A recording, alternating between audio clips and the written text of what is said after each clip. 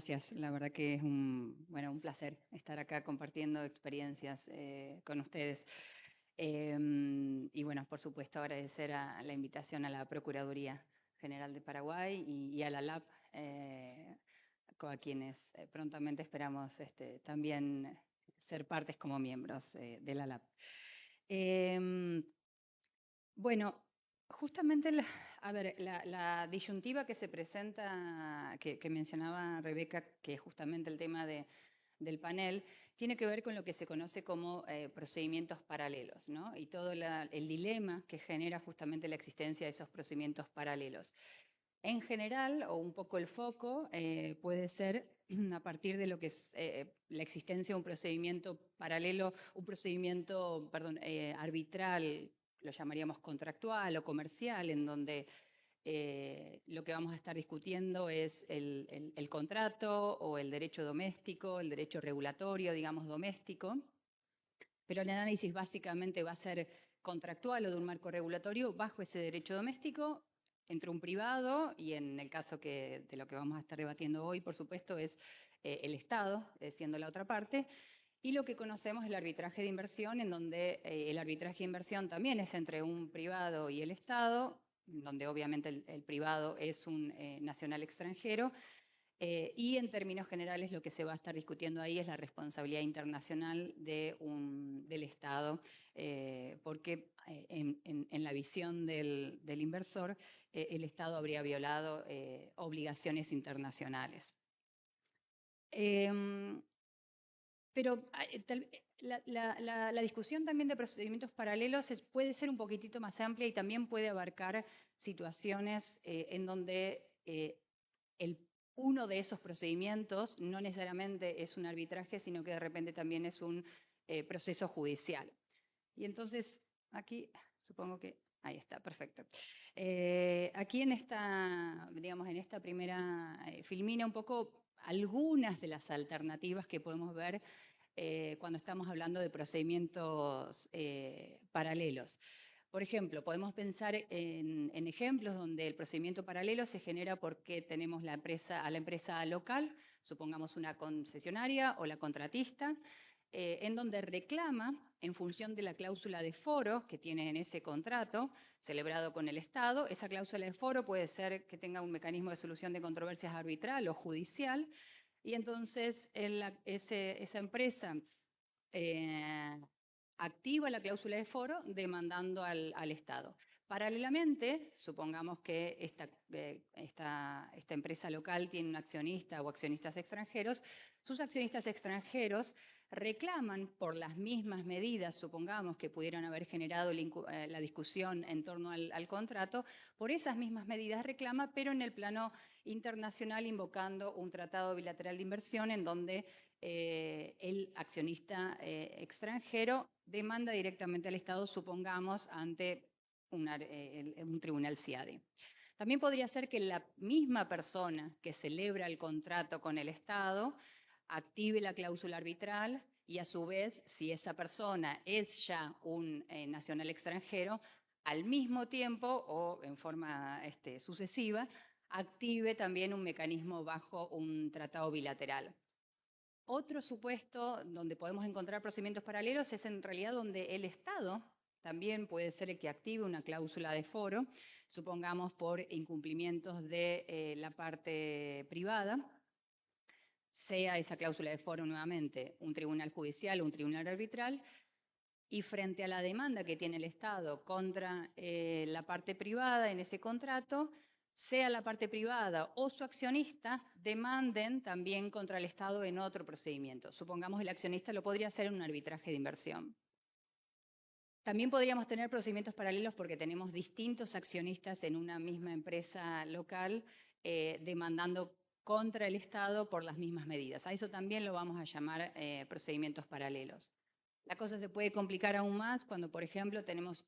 otro tipo de procedimiento, como podría ser un proceso concursal o una quiebra de la concesionaria, supongamos, del contratista local, y ese proceso de insolvencia transcurre en las Cortes del Estado. Y tenemos procedimientos arbitrales, judiciales, o un arbitraje CIADIS vinculados a ciertas medidas, por ejemplo, que generaron esa insolvencia de la concesionaria. Y entonces tenemos, por ejemplo, el accionista que está demandando en un arbitraje CIADI y reclama contra el Estado, por ejemplo, por el perjuicio que sufrió por los créditos que le dio la concesionaria y nunca pudo lograr repagar, pero a su vez ese accionista está verificando sus créditos en el concurso de la concesionaria. Entonces, todo esto lo que genera es una suerte de maraña de reclamos, o telaraña de reclamos, y la verdad que nos puede llegar a llevar a situaciones muy complejas y generar algunos riesgos que, por ejemplo, aquí yo menciono algunos de ellos. Algunos de estos riesgos a los que nos pueden llevar es, por ejemplo, tener decisiones contradictorias. De todos los ejemplos que veíamos en la filmina anterior, nos detenemos, por ejemplo, en el primero de los ejemplos, en donde teníamos que la concesionaria reclama contra el Estado por un incumplimiento contractual, activando una cláusula de foro, supongamos en un arbitraje CCI, pero su accionista reclama invocando un tratado bilateral de inversión contra el Estado. Podríamos llegar a tener una situación allí en donde la manera en que resuelve el tribunal contractual o el tribunal comercial, que es el primero, ¿no? En el ejemplo que estoy dando, decida en un cierto sentido, porque básicamente lo que va a estar mirando es el contrato y el derecho doméstico que se aplica a ese contrato, pero que el tribunal CIADI, supongamos un tribunal de inversión, CIADI, un CITRAL, lo que fuere, pero el tribunal que va a estar analizando si el Estado es responsable internacionalmente, como además de tener en cuenta toda la situación del derecho doméstico, tiene que también tener en cuenta el derecho internacional, el Tratado Bilateral de Inversión, puede llegar a una conclusión distinta. ¿Por qué esto puede suceder? Porque recordemos que en el análisis que los tribunales hacen, en los análisis de los tribunales de inversión, lo que van a estar mirando es si el Estado, aún realizando actos que son conforme su derecho, es decir, podemos estar en situaciones en donde el Estado actúa conforme su derecho interno, pero eso igualmente lo coloca en una situación de responsabilidad internacional. Entonces podemos tener que, discutiendo los mismos hechos, supongamos si una terminación del contrato fue o no conforme el derecho doméstico, en un arbitraje de tipo contractual la solución puede ser una y en un arbitraje de inversión podría llegar a ser otra. Entonces, esto genera una tensión, digo, y sobre todo pensando luego en los estados, cómo hacen cuando tienen decisiones contradictorias, cómo hacen para cumplir con el laudo que los condena cuando tienen otro laudo o una decisión judicial que les da la razón. Es una situación de conflicto que no es fácil, sobre todo para el funcionario que eventualmente tiene que avanzar en cancelar el laudo en el cual fue condenado. Doble recupero, ese es otro de los riesgos. A veces no necesariamente el doble recupero, a veces puede haber un problema de doble pago, porque puede ser que el Estado esté cancelando con esta existencia de procedimientos paralelos, puede ser que esté cancelando dos veces la misma deuda en el procedimiento local y en el procedimiento, el arbitraje de inversión. Y cuando uno diría, bueno, cuando cancela en el procedimiento doméstico, puede ser que eso naturalmente le va a ir al accionista, entonces ahí habría manera de resolverlo. El problema es que ocurre cuando la concesionaria está en un estado de insolvencia, entonces lo que le paga el Estado a la concesionaria va a los acreedores, no va al accionista. Entonces ahí hay un problema de doble pago, no necesariamente doble recupero. Luego, bueno, estas situaciones de paralelismo también implican necesariamente que uno de los dos foros queda sin efecto, o el tratado o la cláusula de foro, hay alguna cláusula que termina quedando sin efecto. Y el último de los riesgos, que de repente es ahí un poquito donde detenerme un momentito, es el riesgo que genera la tentación para el segundo tribunal que va a estar decidiendo, de revisar lo que hizo el primero. Y acá me gustaría un poco detenerme en el caso concreto en donde lo que tenemos es primero una decisión de un tribunal contractual o comercial o un tribunal judicial, y luego tenemos un tribunal, un tribunal de inversión que está de algún modo revisando lo que ya hizo una corte judicial o un tribunal arbitral contractual. Está claro que las decisiones o la actuación en particular que hacen las cortes judiciales, eso puede generar una responsabilidad internacional. Eso, digamos, responsabilidad internacional es de cualquiera de los tres poderes, ejecutivo, legislativo y judicial. La pregunta es justamente si lo que hace el Tribunal Judicial, ¿cuándo es que genera una situación de violación del estándar de no expropiación o no expropiación ilegítima o una violación del trato justo y equitativo? Y supongamos un caso concreto que puede ser una corte judicial o me voy a tener el ejemplo de las cortes judiciales, una corte judicial en donde la corte judicial determina que un contrato administrativo, un contrato de concesión, por ejemplo, es nulo. Y entonces el accionista de esa concesión, en esa concesión, el accionista extranjero había iniciado paralelamente o con posterioridad un reclamo ante un tribunal de inversión por considerar que lo que la Corte Doméstica hizo cuando declaró la nulidad de un contrato es una expropiación, porque básicamente anuló sus derechos bajo el contrato. Entonces, la pregunta es si ese tribunal CIADI, por ejemplo, o ese tribunal UNCITRAL, es una suerte de tribunal de apelación o donde se pueden discutir como si fuese un tribunal de apelación lo que hizo una corte doméstica. Y acá tenemos una serie de casos bastante interesantes, ya por suerte. Por ejemplo, el caso de Asignan contra México. En este caso, el tribunal fue bastante clarito, tenía que resolver justamente esta cuestión. En 3 instancias judiciales, las cortes domésticas habían resuelto en un mismo sentido. Esto el inversor consideraba que era contrario a sus derechos y llevó el caso al CIADI. Y allí básicamente lo que este tribunal dijo es que la posibilidad de considerar a un Estado internacionalmente responsable por decisiones judiciales no otorga al demandante el derecho a solicitar una revisión internacional de las decisiones judiciales nacionales, como si el Tribunal de Inversión tuviese una suerte de competencia de apelación. Lo que dice es que el análisis, en todo caso, que tiene que hacer el tribunal arbitral es qué hay más de solamente estar en desacuerdo con la decisión judicial. Es decir, qué hay, y vamos a ver qué es ese más que algunos tribunales han considerado cuando han tenido un caso similar. Tenemos, por ejemplo, otro caso que es el de Al-Ghanim contra Jordania. En este caso también el tribunal en igual sentido dijo,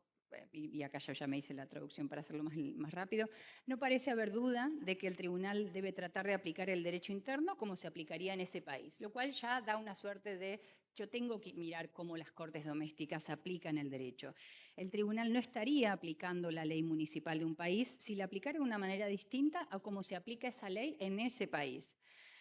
El tribunal debe prestar máxima atención a las decisiones de los órganos jurisdiccionales municipales. Si el tribunal estuviera obligado a ignorar esas resoluciones, el resultado sería que en determinadas circunstancias podría aplicar normas distintas a las que debería aplicar, y eso básicamente cae fuera de la competencia del tribunal. Otro caso similar es el de Vilcon contra Canadá, en donde el tribunal dijo la determinación de una violación debe hacerse a la luz del alto grado de deferencia que los tribunales tienen que hacerle justamente a las autoridades nacionales cuando están resolviendo una controversia. Otro caso es el de Bank Melli contra Bahrein. El tribunal, dijo allí, debe un cierto grado de deferencia al órgano regulador especializado, porque a veces no solamente este grado de deferencia es respecto de las cortes domésticas, sino también de los órganos administrativos que tienen competencias para resolver controversias. Y dijo, el tribunal no puede juzgar todos los errores del procedimiento o de fondo del regulador o de un tribunal judicial, pues de lo contrario estaría invadiendo la función de ese órgano como si fuese un órgano de revisión o de apelación de los órganos domésticos. Incluso dijo, los errores genuinos o las ineficiencias que puedan tener esos tribunales domésticos, pero que se hayan hecho de buena fe, no genera una expropiación que implique una necesidad de compensación. Entonces, la pregunta es cuál es esa revisión que tienen en qué se focalizan los tribunales cuando revisan esas decisiones domésticas. Y en general, un poco, si bien hay tribunales que van hacia un lado con un mayor grado de deferencia, otros con un grado de deferencia menor, lo que uno ve es que los tribunales, hay un punto en donde parecieran básicamente estar mirando, sí, el tribunal doméstico decidió sobre una base jurídica que explica cuál es para adoptar la decisión que adoptó, si se respetó el debido proceso y si no hubo un propósito indebido u oculto, ¿no? Digamos, que pueda derivarse. Y aquí, bueno, tenemos una serie de casos que van en ese sentido, y sé que ya me estoy extendiendo en el tiempo, pero me parecen interesantes. Por ejemplo, en el caso Rumelí contra Kazajistán, el tribunal dijo que, bueno, que entendió que no tenía, digamos, ninguna prueba clara de que las decisiones de los diversos tribunales kazajos hayan sido sustancialmente erróneas o hayan generado algún problema en términos procesales, que implicaran justamente que generaran una sensación de denegación de justicia. Las decisiones habían sido apeladas, las partes privadas habían podido presentar sus argumentos. Entonces, en esos términos consideró que no correspondía entonces hacer lugar al reclamo por, digamos, cuestionando las decisiones domésticas. Hay un caso que involucra a Perú, el caso del Lidercon, en donde el tribunal allí también dijo las sentencias judiciales constituyen una violación de las normas de trato justo y equitativo atribuibles al Estado, del que forma parte el órgano jurisdiccional, solo si son el resultado de una omisión del debido proceso o si la decisión es tan deficiente que constituye una decisión a la que ningún tribunal razonablemente competente podría haber llegado. Por lo tanto, no hay denegación de justicia. Bueno, no lo tengo, perdón. O por ahí me lo salté y no lo vi. Bueno, a pesar de que tengo anteojos, no alcanzo a ver la pantalla, sí. Y hay una decisión también interesante que no llegué a ponerla aquí en la presentación, pero es el caso de Frontier Petroleum contra República Checa del 2010, que es un caso en donde, vinculado justamente a lo que ayer también se hablaba de orden público y las cortes judiciales analizando y tal vez anulando los laudos comerciales porque son contrarios al orden público. En ese caso, justamente lo que estaba cuestionando Frontier Petroleum era que las cortes checas habían anulado unos laudos que habían resultado de arbitrajes comerciales porque eran contrarios al orden público checo. Esto fue llevado a un arbitraje CIADI y en el 2010 el tribunal CIADI básicamente lo que analizó es cómo las cortes domésticas habían analizado ese caso. Entendió que las cortes domésticas habían expresado los motivos basados, por ejemplo, en citar jurisprudencia francesa, jurisprudencia alemana, citar doctrina, y básicamente habían brindado un razonamiento de por qué en realidad esos laudos eran contrarios al orden público checo. Y eso es algo que razonablemente, digamos, estaba dentro de las alternativas jurídicas que podía ocurrir ese razonamiento, y el tribunal entonces CIADI en ese caso entendió que no tenía espacio para hacer lugar al reclamo en un arbitraje de inversión cuando lo que se cuestionaba justamente eran esas decisiones judiciales. Y ahí, entonces, un poco con este raconto jurisprudencial, y hay otras decisiones, estas son un poco las que más me parecen un poco más relevantes, me parece que un poco también lo que toca desde el Estado, quiero decir, desde el Poder Ejecutivo también, es compartir este conocimiento que se tiene sobre cómo va evolucionando la jurisprudencia de los tribunales de inversión, y en particular en este caso sobre cómo los tribunales de inversión consideran las decisiones judiciales de los estados y si esto genera responsabilidad o no de los estados, compartir esa información también con el Poder Judicial para generar ese como awareness al Poder Judicial de que también sus actos pueden generar responsabilidad del Estado. No para que dejen de tomar las decisiones que tengan que tomar, sino para que presten mucha atención en toda esa fundamentación, argumentación, respeto, por supuesto, del debido proceso, cuestiones que siempre deberían estar, pero que cuando uno sabe que tiene de repente ese inversor extranjero que va a estar mirando con una lupa cómo decide un tribunal judicial, es bueno que esa corte judicial también tenga eso presente al momento de emitir su decisión.